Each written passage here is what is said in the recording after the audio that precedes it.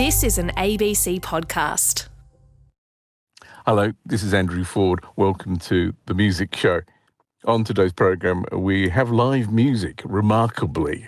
For the first time in a very long time, we'll be meeting again the shamisen player Noriko Tadano. But we begin with the 20th anniversary of the terrorist attacks on New York and Washington. You've heard a lot about this, I'm sure, over the last few days. There are several musical memorials to the victims of those attacks, and we will be hearing about three of them. In fact, we're hearing one of them right now. This is the piece that John Adams composed for the New York Philharmonic. It uses the words that were written on walls, pinned to walls, people whose relatives and friends were missing, their messages to them. And these are the texts that we're hearing now. Missing. John Flory, Christina Flannery, Lucy Fishman, Richard Fitzsimmons, Lucy Fishman, Christina Flannery, Missing. John Richard Fitzsimmons, Missing. John Richard Fitzsimmons, Christina Flannery, Missing. John Flory, David Flory, Missing. Joseph W. Flown, David Flory, John Missing. Joseph W. Flown, Helen D. John Cook. Joseph W. Flown, John Helen D. Cook. Christina Flannery, Missing. Joseph W. Flown, Helen D. Cook. Christina Missing. Flannery, Carl Helen Flickinger, D. Cook. Carl Flickinger, Missing. Eileen Fletcher, Carl Flickinger, Missing. Carl Flickinger, Eileen Missing. Fletcher, Carl Missing. Fishman, Lucy Fishman, my brother, Missing. my Missing. brother, Jane S. Beatty. Mayo Damona, Missing. Jane my brother, S. Beatty. Matthew Timothy O'Mahony. Missing. Mayo James Damota, Patrick my brother, Berger. Matthew Mayo Timothy Damota, James O'Mahony. Patrick Berger. my brother, Missing. Matthew James Timothy Patrick O'Mahony. Berger. Marlon C. Bautista, Missing. missing, Jacqueline P. Sanchez. Marlon C. Bautista, Missing. missing, Jacqueline Eric P. Bennett, Sanchez. Oliver Bennett, Missing. missing, James Sam Eric Tennant. Bennett, Stephen J. B. Missing. Guy Bardsby. Guy Barsfeld, Missing. Guy Bardsby. Guy Barsfeld, Missing. Guy Bardsby. Guy Barsfeld, Missing. Guy Bardsby. Guy Barsfeld, Guy Bardsby. David Missing. Barsfeld, Lucy Guy Fishman, Bardsby. Guy Barsfeld, Guy Bardsby. Anthony.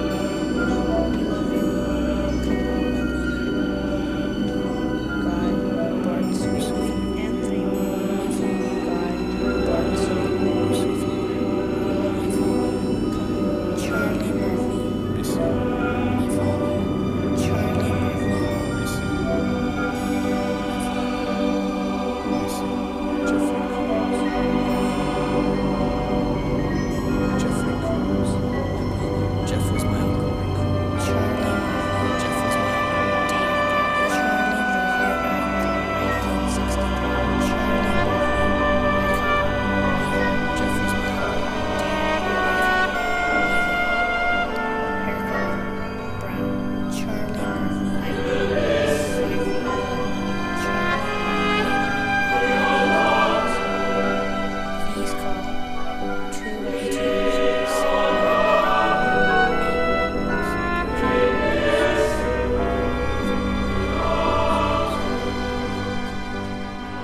That's a little of John Adams' Pulitzer Prize winning piece on the transmigration of souls. That's the first recording of the work the New York Philharmonic conducted by Lorin Maazel.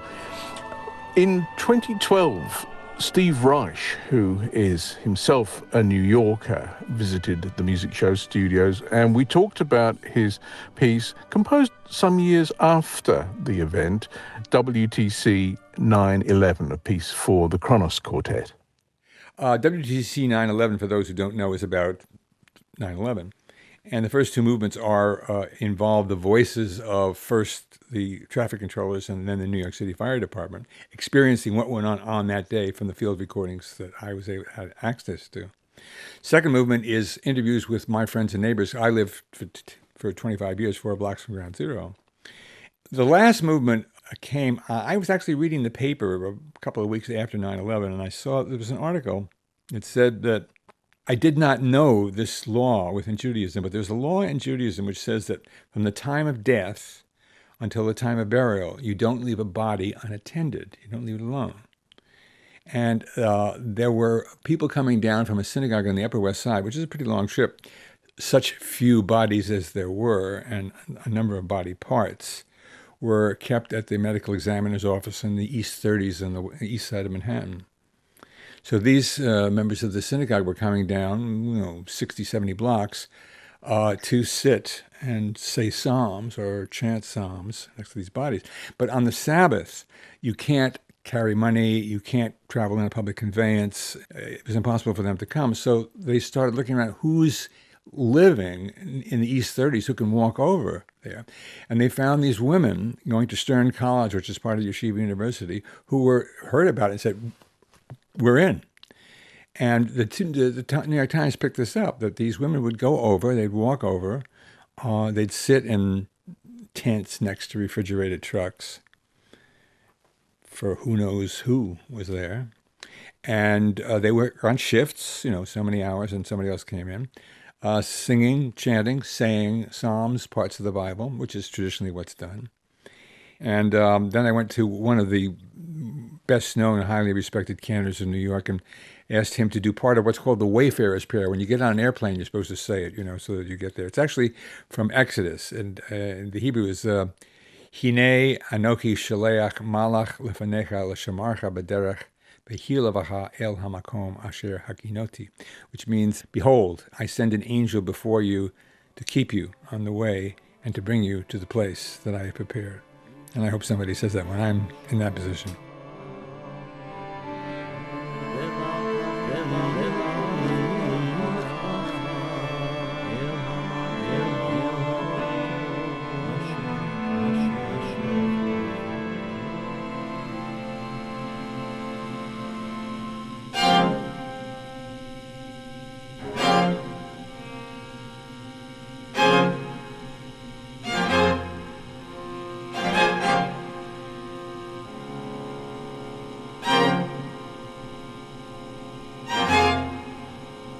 There's the world, and there's the world right here.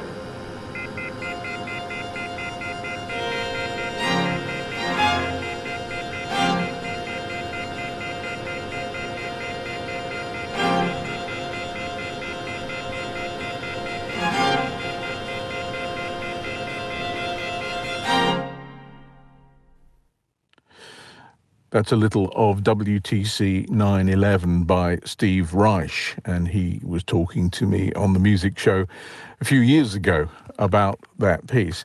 As I mentioned, it was composed some time after the events of 9/11, but the other piece that we're going to hear on today's music show was actually complete at the time of the terrorist attacks.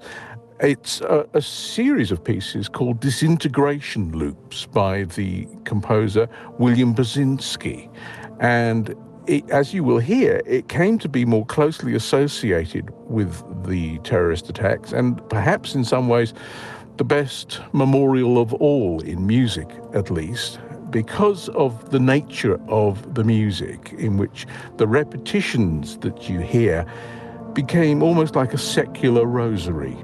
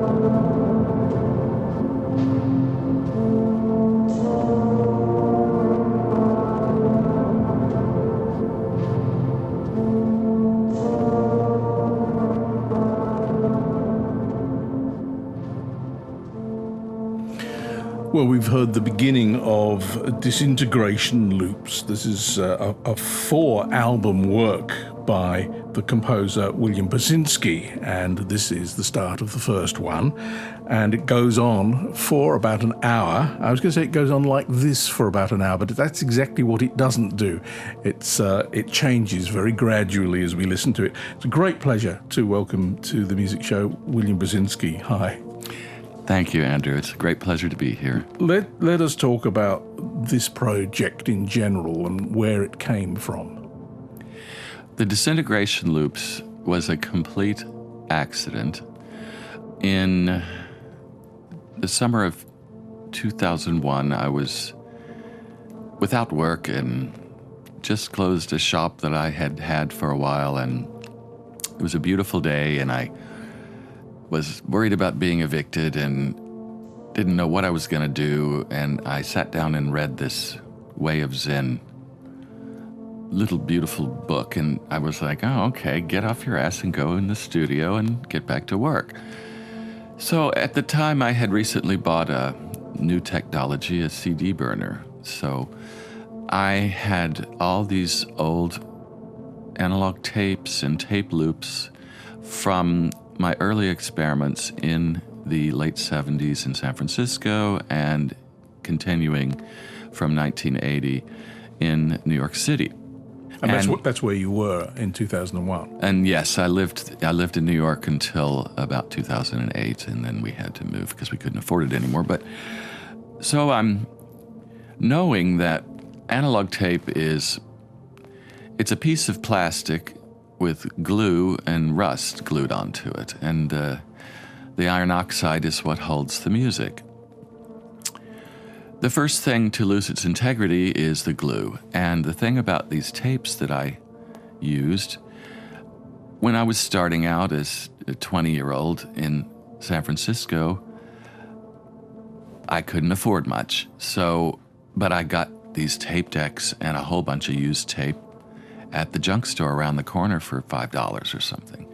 So I had a lot of stuff to work with, and I started experimenting with everything. The refrigerator, changing the speeds on the tape decks, the sounds of San Francisco are extraordinary, and I had rented a piano so I could prepare the piano and make loops and do different things like that. Anyway, moving to New York, I started experimenting with trying to pull sounds out of thin air. Basically, the most powerful radio station was, I think it was WCBS, and it was on top of the Empire State Building, and at that time they played American Popular Standards, 1001 strings versions, basically Muzak. So all of the syncopation is cut out of these songs.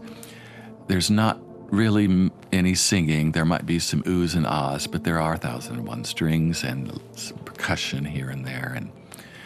And so this came into our loft whether we wanted it or not, because we had wires strung around, and the strings would come into my recordings. So I always wanted a Mellotron, which is this fantastic, expensive tape loop playing white piano-like instrument that the Beatles and Pink Floyd and some of these fabulous groups in the 70s were able to use to get these wonderful string and flute sounds and things.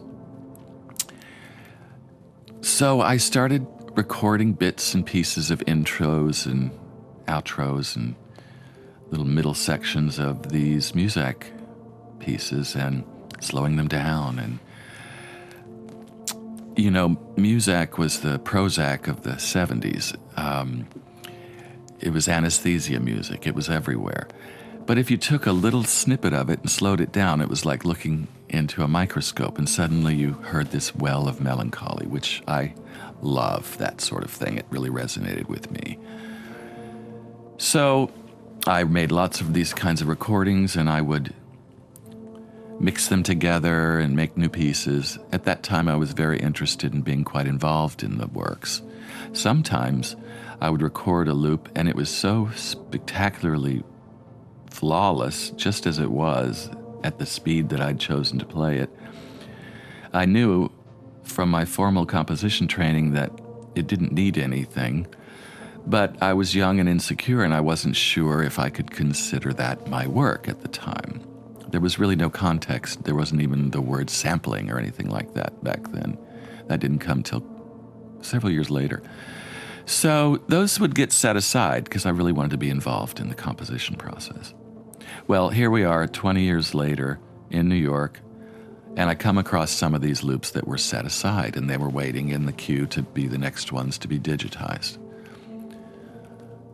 Put the first one on the big old Nagra and started listening. I had totally forgotten about it, but it was just this grave, wonderful,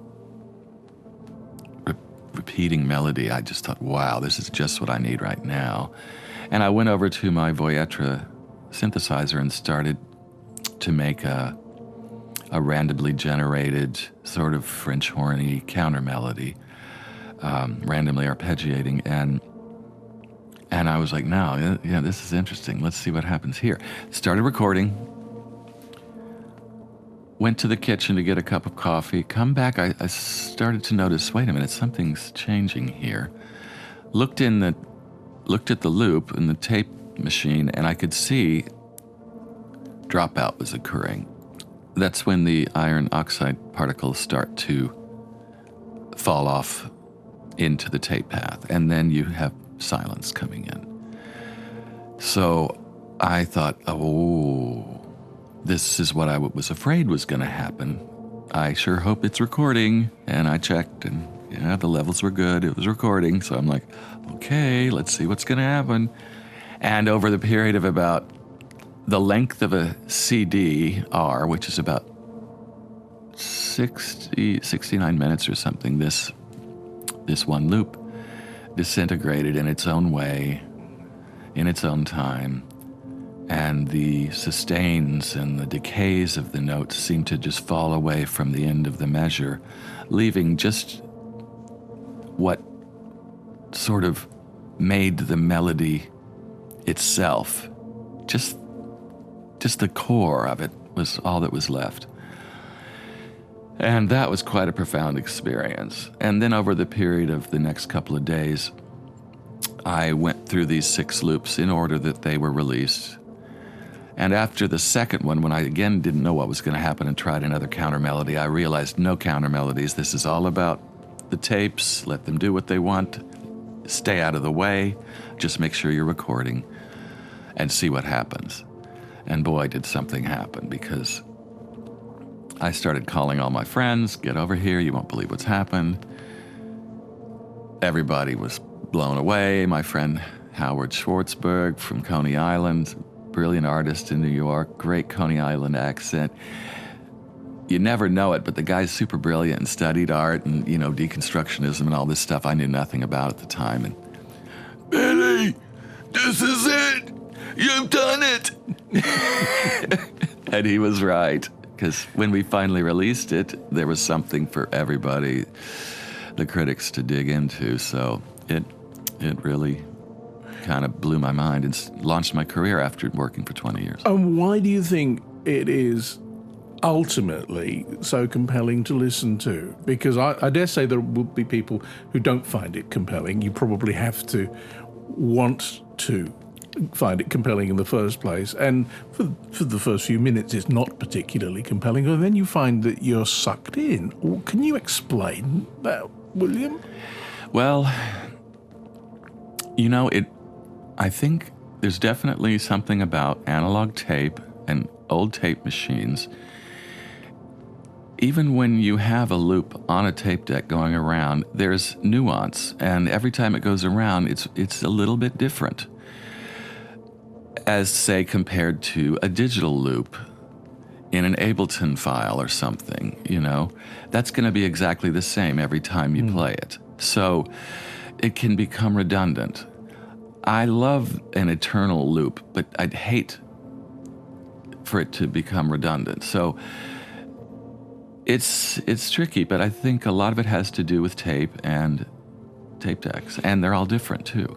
And it's the physicality of it. I mean, that's the other thing that when we talk about well, we used to talk about tape music, and now we talk about electronic music or music that comes out of computers, and always it's somehow not physical. But this is physical, isn't it? This is like drawing a bow across a violin string in some ways. Absolutely. It's, the tape is, like I said, it's all organic. I mean, plastic is made from dinosaurs, The glue is probably made from rabbits, and then you've got the rust. So, But also, I mean, the idea of decay, of deterioration, disintegration is inherent in music, isn't it? Because, if you hit a gong, immediately the sound starts to decay. And that's what they call it. If it's a big gong, it takes a while. And if it's a small gong, it takes less time. If you pluck a guitar string, it starts to decay instantly and lasts maybe a second or two. And so it's what you're exploring here is a common musical experience, only you're doing it over a very long time. Yes. So, yeah, like I said, it was just an accident, but I was paying attention and something extraordinary happened that was very profound. So, yeah. And then 9/11. And then that happened, yeah. Tell us about that. Well, that was just a complete horror. I mean, everyone in the world experienced it through the television, but we saw it on this crystal clear morning from my loft,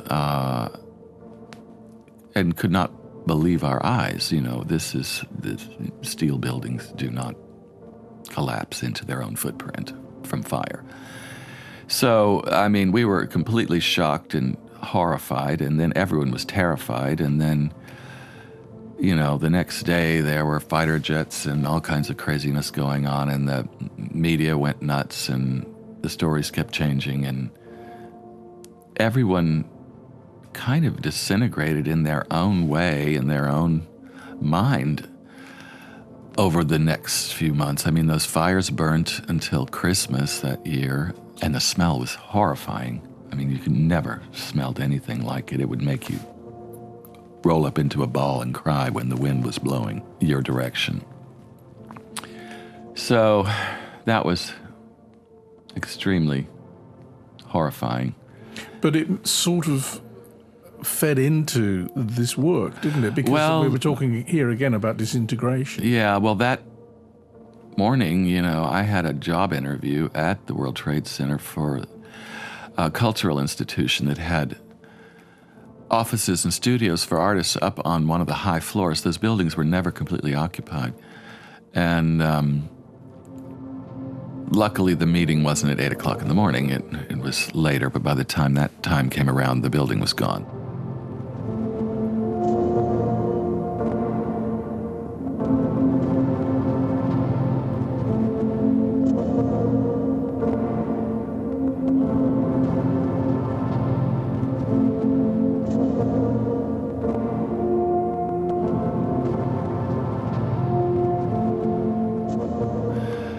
We sat on the roof and just stared at the changed skyline and this massive plume of smoke blowing off towards the east. And I turned on the disintegration loops downstairs. I have these big speakers. We used to do performances in my loft. We had kind of a mini ballroom there. And so I just put it on the big speakers, and the windows were all open because it was a beautiful summer day. And we're up on the roof just sitting there in shock listening. There was nothing except babble coming out of the radio stations, and so we just turned that off and put on the disintegration loops. And then when disintegration loop 4 came on, which really cascades into dust in 20 minutes, and it's, my roommate at the time was a recording engineer, and he came into the house one time when I was playing that, and he thought the amps were burning up, and I was like, oh no, it's the piece. Anyway, my neighbors downstairs came screaming up, turn that off! It's bad enough already.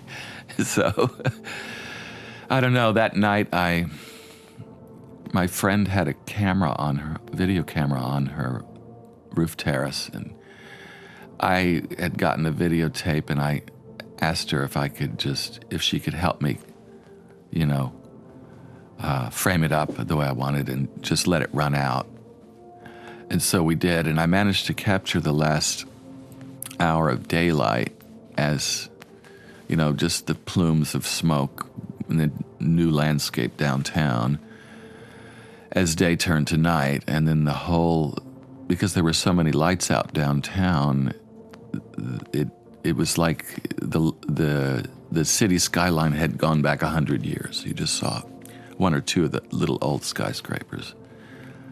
And even the camera, I didn't know this camera. It was set on autofocus or something like that. And so as the picture got dark and there was just these little lights on the horizon, it started going in and out of focus, trying to find, its perspective. And I was upset about that when I looked at it, but really everyone was going through the same thing, so that's just the way it is. And the next morning I put it with Disintegration Loop 1.1, and then it was like, well, this is an elegy. This is, now everything's changed. The whole world has changed. The piece has changed. Everything has changed. So I ended up using 4 frames from the film to illustrate the album, the 4 CD covers. I couldn't put out a box set because nobody knew who I was and I couldn't afford it. So I just decided to do one at a time, and I managed to do that, and it worked. So that's how that happened. You're listening to The Music Show on RN, and my guest is the composer William Basinski, and the music that we're listening to is the Disintegration Loops 1.1. Let's speak a little bit more widely or more generally about your work. I mean, you mentioned your attraction to melancholy earlier, and every piece of yours that I have listened to brings about that state in me, which is not something I mind. I mean, a lot of my favourite music from all periods of history has that effect on me. Why do you think, what is it about this which is melancholic? Is it, in fact, in the case of the disintegration tapes, the very act of disintegration that is part of that? I don't know. I think for some people that might be it, but the certain types of melodies that I like and the tone, the modes and chords and chord progressions that I like, being a melancholy baby, probably has something to do with some of it. I'm thinking about this music, listening to this music, I'm sure that Mondrian's works are disintegrating, that those once pristine white surfaces have gone cream. They're beautiful. I've seen them at the Hermitage. There's this patina of cracks across them, and there's something incredibly moving about that. I mean, the fact that he didn't prime his canvases properly is, I guess, the reason for this. Hello. But what once seemed the visual quintessence of modernity, these geometric shapes, is now starting to turn into old masters. And there's something of that quality to this music as well. There's grain, and it's analog. A lot of it there is coming from, you're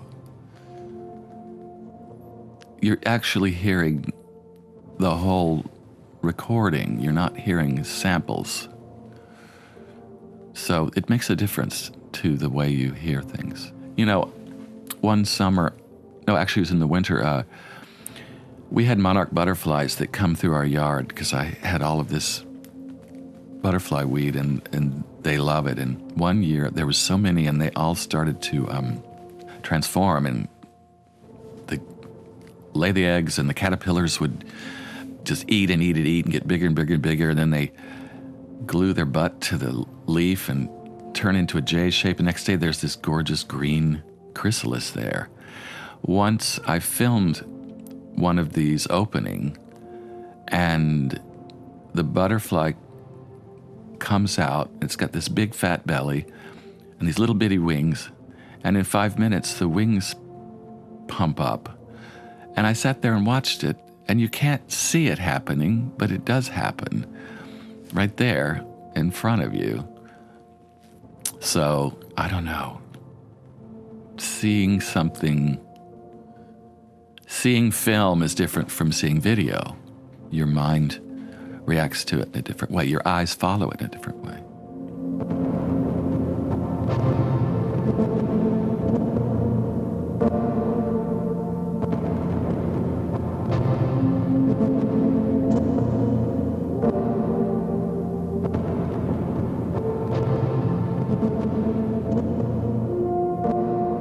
Disintegration Loops 1.1, music by William Basinski, music that has come to be associated with 9/11, perhaps like no other piece of music.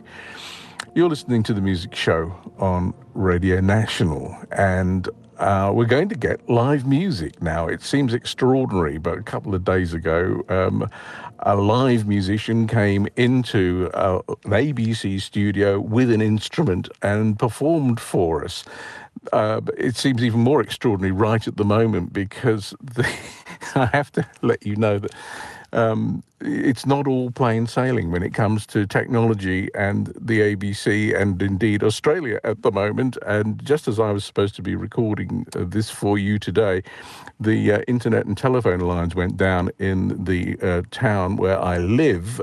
And so I am currently speaking to you 15 minutes from home in another place entirely on my mobile phone in my car, staring at the bottoms of sheep which are in a paddock ahead of me and all looking in the opposite direction. I just thought you'd like that bit of local colour. Nevertheless, back to live music, or it was live when it was recorded a couple of days ago. Wonderful to have a musician in the studio again. It's Noriko Tadano, and she plays the shamisen, which is a Japanese lute stroke banjo. It looks a bit like a lute, but it's got a skin like a banjo, and you'll hear all about it in a moment because she's going to demonstrate the instrument for us. But first of all, she's going to perform, and she's going to sing as well. And this is her setting of a 7th century Japanese poem, Ancient Love Letter.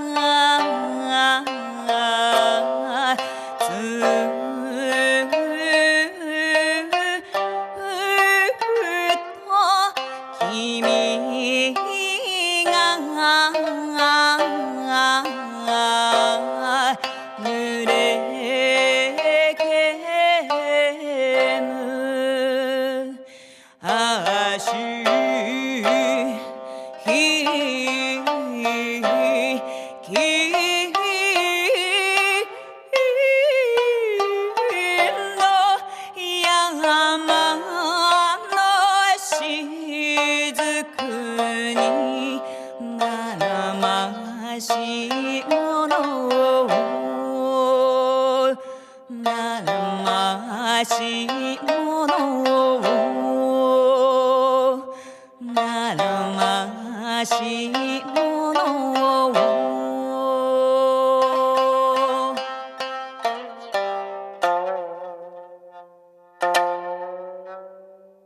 Noriko, thank you very much indeed for that ancient love letter. It's an old poem, but the music's by you, is that right? Yes, that's right.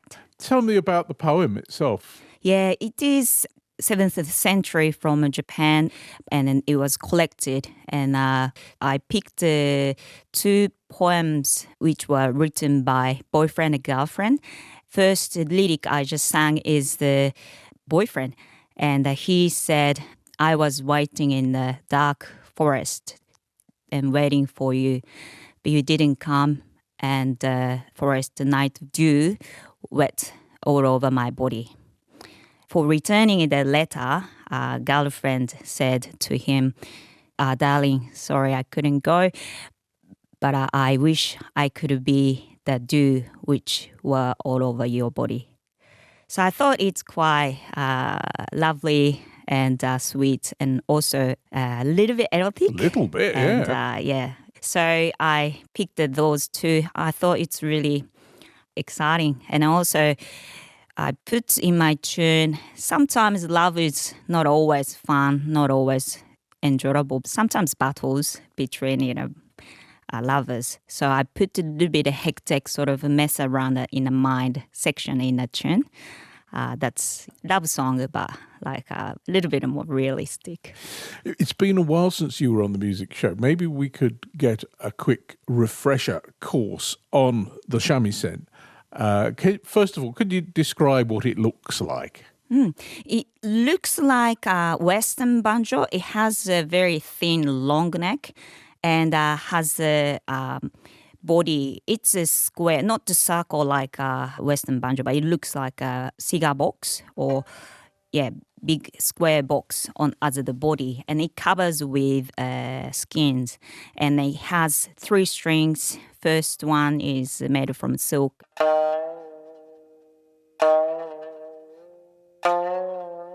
Second and third is made from Tetron nylon, which is like a plastic. And I use the big pick. It's called a bachi, and it's quite big. It looks like a paint scraper, and I bang this on the skin as well, so that I create sort of percussive sound as well. And then also unique things of a shamisen is no fret, so that it can go from bottom to up. So you can slide freely on the strings. That's right. Yes. Yeah.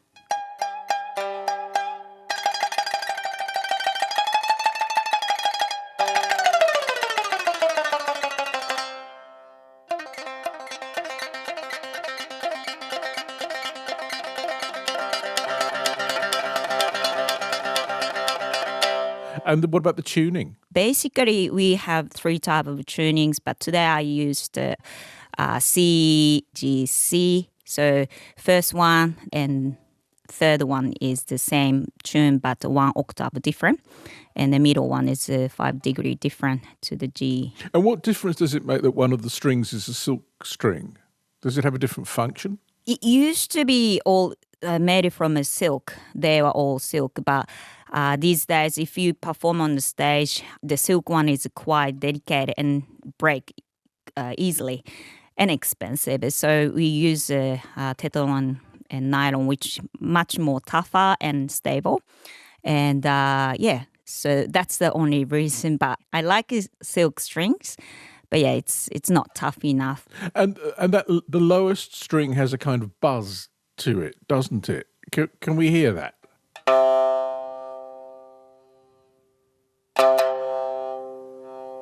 So there's quite strong overtones there, aren't there? Shamisen has a buzzing point on here. It's called a sawari. So it has a little bit dent. It's like a bridge over here for just touching the first string. So that if we touch just tiny little bit, it gives the first string resonate quite a lot. So it has that kind of, not secret, but hidden function in there. There's different sorts of shamisen, different sizes. The one that you play, tsugaru, what is that traditionally used for? Size-wise, it's sort of biggest size. And this one was used to be played by blind people who couldn't see. And they trained their musical talent to play this tsugaru shamisen. And they went around towns to town and entertain or perform to the villager. And then if they get a good feedback, they get the money or rice or food. So they lived with the shamisen. We try to get day-to-day food for living, playing a shamisen. Yes, like blues players in the United States. Is it essentially a folk instrument then? It is. Basically, shamisen play with the singers and the flute and with lots of other instruments, but always is just as the making music for singer. So it's never be front. But as I said, those blind people, when they tried to get food and money, they needed to impress the people with the sound so that they create really fast technique and emotional sort of sound and so on. On today's music show, I'm speaking to Noriko Tadano, and we're talking about the shamisen. Since you came to Australia in 2004, you've put this instrument into all sorts of different musical contexts, which are not perhaps traditional in the Japanese sense. And I wonder what you've learned from that experience and how you've gone playing your shamisen to Australian audiences. Yes, as you said, I came to Australia in 2004. At that time, I didn't really think I'm going to be a shamisen performer or shamisen player in Australia. I brought the shamisen just to showing people as my country, Japan's great traditional sort of instrument and culture. But then I thought, maybe I can busk on the street so that I can show these instruments and my culture, but at the same time I can earn a little bit of money too. So I started playing on the street in Melbourne, Elizabeth Street, Swanston Street. And then through the busking, I met lots of great musicians in Melbourne. I met the Japanese taiko player and I joined his band and started going around the schools to demonstrate the Japanese music and culture. And then I also met the great busker in Backstreet Mall, George Kamikawa. He is the blues musician and also Japanese. And we started making a unit as like George and Noriko to do infusion of blues and Japanese music. We have a little audio clip from a rehearsal with Adam Ritchie, a piece called Jongara.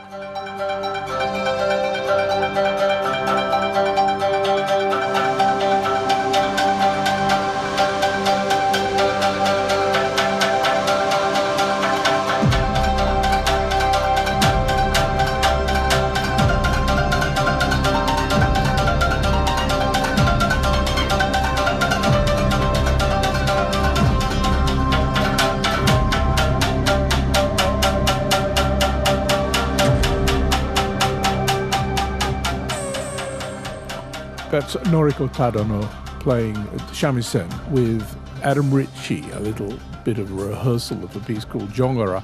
And what do you get from working with Adam Ritchie? I know you're doing a concert tonight, but composer and sound artist, what does he bring to your instrumental sound? I call him a sound magician. He collects just 2 seconds of some sound sample, and he stretched to like 10 minutes.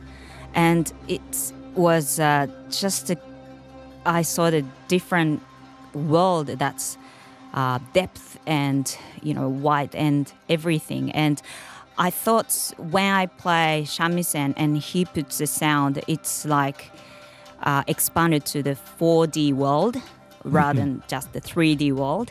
So I just, melted with his sound and how he collaborated with my shamisen sound.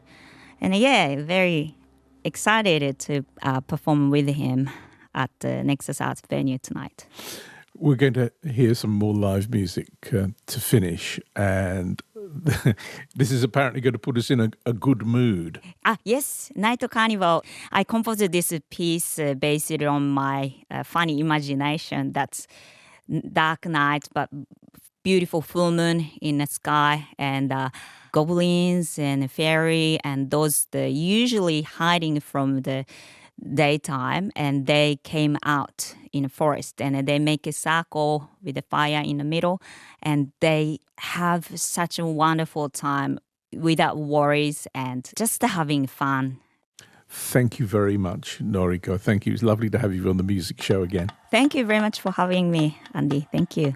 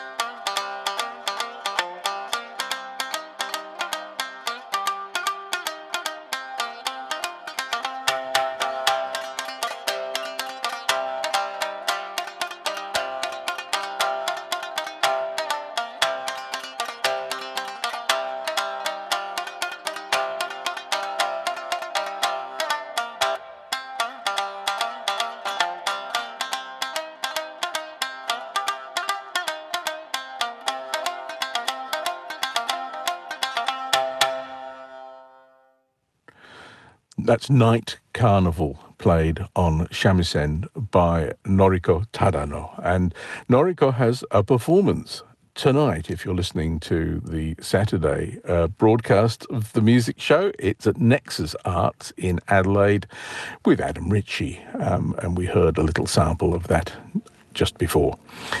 That's it for today's music show. On tomorrow's show, we speak to the guitarist Sean Shibe, and we also meet the Punjabi Australian singer Parvin. Join me then.